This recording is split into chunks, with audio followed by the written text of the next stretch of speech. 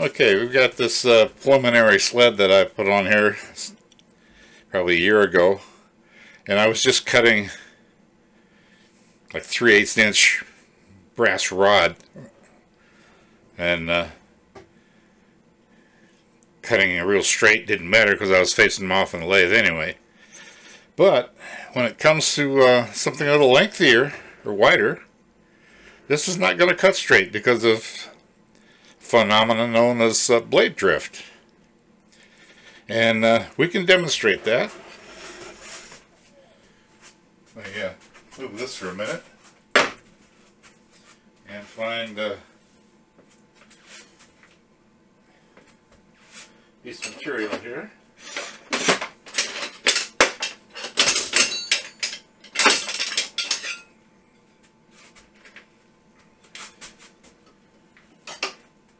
Alright, wasn't all ready to go here. So what we're going to do is we're going to take machinist square and we're going to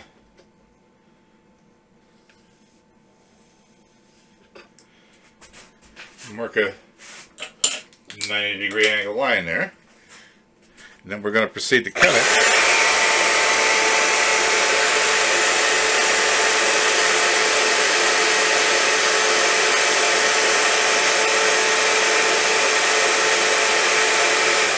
And probably can't see it from your angle, but it's already just in the length in the width of the blade. It's already tracked all the way over to the side of the mark. So, in order to compensate for that, I'm going to have to shift the work at an angle.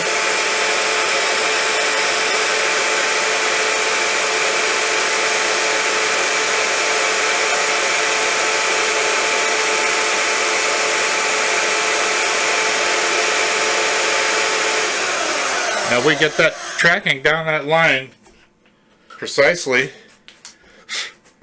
and we make a mark on the table here with a Sharpie. Now this is our blade drift angle. That's the angle if you're going to use a fence that the fence is going to have to be in order to track a straight line. Now it sounds silly, but that's the way it works. The way it works on a wood bandsaw, it's the way it works on a metal bandsaw. So we have an angle here.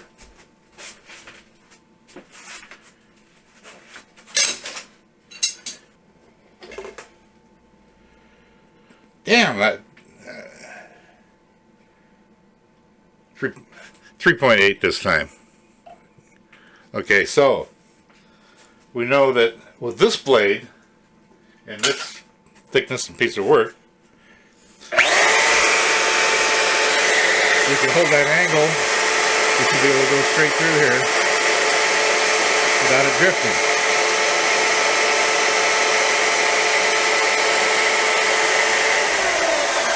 And voila!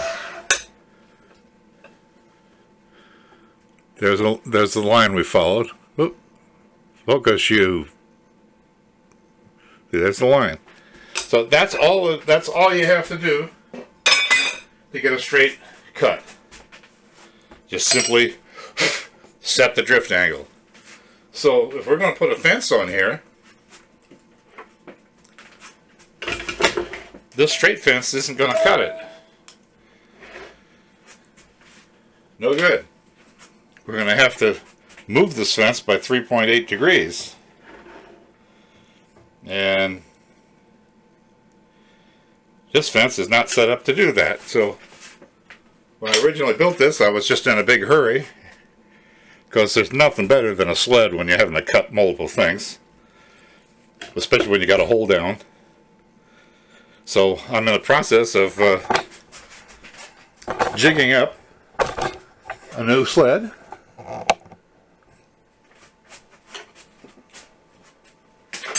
This one's a little different. This one's got a piece of UHMW in here that I'm planning on putting the actually what I'm planning on is having this plate on here and having that, and having another clamp on here for the offcut side if you need it, which you don't always. Now, the thing is, this is a constant pressure clamp. It'll clamp anything within its clamping range, any thickness, to exactly the same pressure, no matter how thick it is. This one you have to adjust every time for every thickness. So it's kind of a pain in the ass. And it's also not even long enough. The thing, I have to put a longer doohickey in it. Is this one any longer? No, it's the same size. So I have to either find something longer or make something. I don't know how to get a nice bumper on the end of it like that. To figure that out. Anyway, this is pretty much what it's going to look like. And although there won't be much need for it, this whole thing will be able to slide to different places. Because sometimes there's a piece sticking out of your part or something that, you know, right in the way of the clamp. So I have 2 clamping positions for each of these, and also it can move pretty much anywhere it wants. Now the blade is right here. So I have this, as you can see, probably set to that angle for the blade drift. But I need to make this adjustable because that blade drift changes from blade to blade. You know, different number of teeth that go different. Just a different manufactured blade. You have to set it every time. So this plate will be attached to the UHMW, and this is obviously on, you know, on a T-track kind of a thing, and this slides real nice, even though it doesn't really need to. That could have been aluminum as good as anything else, I guess. Might still even think of it, although I got the HMW already cut and in there, so for now, that's my preliminary guess. Now, what I think I'm going to have to do is bridge this somehow on both ends and make this a parallelogram kind of thing. So both sides go, so it'll like pivot on a corner up here.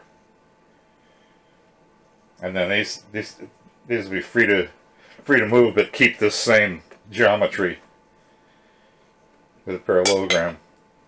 That shouldn't be any big feat to accomplish. But I'll have to do an arc on the hold down screws on this side. Again, that's no big deal either. Just do it. Yeah, so that's my thinking for the time being. That's my plan. How it actually works out in the end, I don't know. But we're going to give it a try, and you can watch along in the next episode and see how it goes.